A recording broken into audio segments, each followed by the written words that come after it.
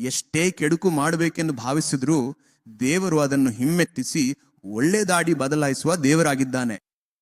ಕೆಡುಕು ಸಂಭವಿಸುತ್ತದೆ ಎಂದು ಭಾವಿಸಿ ಚಿಂಪಿಸಬೇಡಿ, ಕಳೆದುಕೊಂಡೆವು ಎಂದು ದುಃಖಿಸಬೇಡಿ.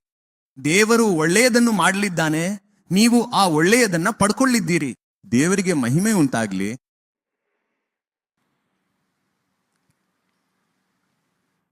ನೀವು ನನಗೆ ಕೆಡುಕು ಮಾಡ್ಬೇಕಂದು ಯೋಚಿಸಿದ್ದೀರಲ್ವಾ, ನಾನು ಹಾಗೆ ಅನ್ಸ್ಕೊಳ್ತಿದ್ದೀನಿ. ಆದ್ರೆ ದೇವರ ನಿರ್ಧಾರಗಳು, ದೇವರು ನಿನ್ನ ಬಗ್ಗೆ ಹೊಂದಿರೋ ಆಲೋಚನೆಗಳನ್ನ ಯಾರೂ ತೆಗೆದುಹಾಕಲು ಸಾಧ್ಯವಿಲ್ಲ. ಎಷ್ಟೇ ಸೈತಾನನ್ ಗುಂಪುಗಳು ಬಂದ್ರು, ದಾಳಿ ಮಾಡಿದ್ರೂ ಸಹ ದೇವರು ಕೈಗೊಂಡ ನಿರ್ಧಾರವನ್ನ ಅವರು ಬದಲಾಯಿಸಲು ಸಾಧ್ಯವಿಲ್ಲ. ನಮ್ಮ ಬದುಕಿದು ಸಾಲ್ದೆ, ಈ ಮಾತುಗಳು ನಮ್ಮ ಬದುಕಿಗೆ ಸಾಲ್ದೆ. ಅದಕ್ಕಾಗಿಯೇ ಹೇಳಿದ್ದು, ಕಷ್ಟಗಳು ಬರುವುದು ನನಗೆ ಒಳ್ಳೇದಾಯ್ತು ಎಂದು. ನನ್ನ ಕಷ್ಟಗಳಲ್ಲಿ ನಾನು ಹೆಮ್ಮೆ ಪಡ್ತಾ ಇದ್ದೀನಿ. ನನ್ನ ಕಷ್ಟಗಳನ್ನ ನಾನು ಮಹಾ ಆನಂದವೆಂದು ಭಾವಿಸುತ್ತಿದ್ದೇನೆ.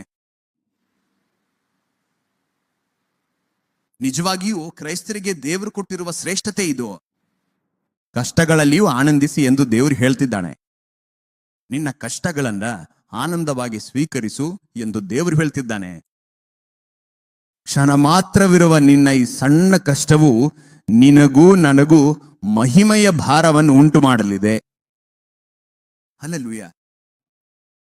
ನಮ್ಮ ಕಷ್ಟ ಎಷ್ಟಿರ್ಬೋದು? ಅಲ್ಪವಾದ ಕಷ್ಟ. ಕ್ಷಣ ಮಾತ್ರವಿರುವ ಕಷ್ಟಕ್ಕಾಗಿ ಚಿಂತಿಸಬೇಡಿ ಗೆಳೆಯರೇ.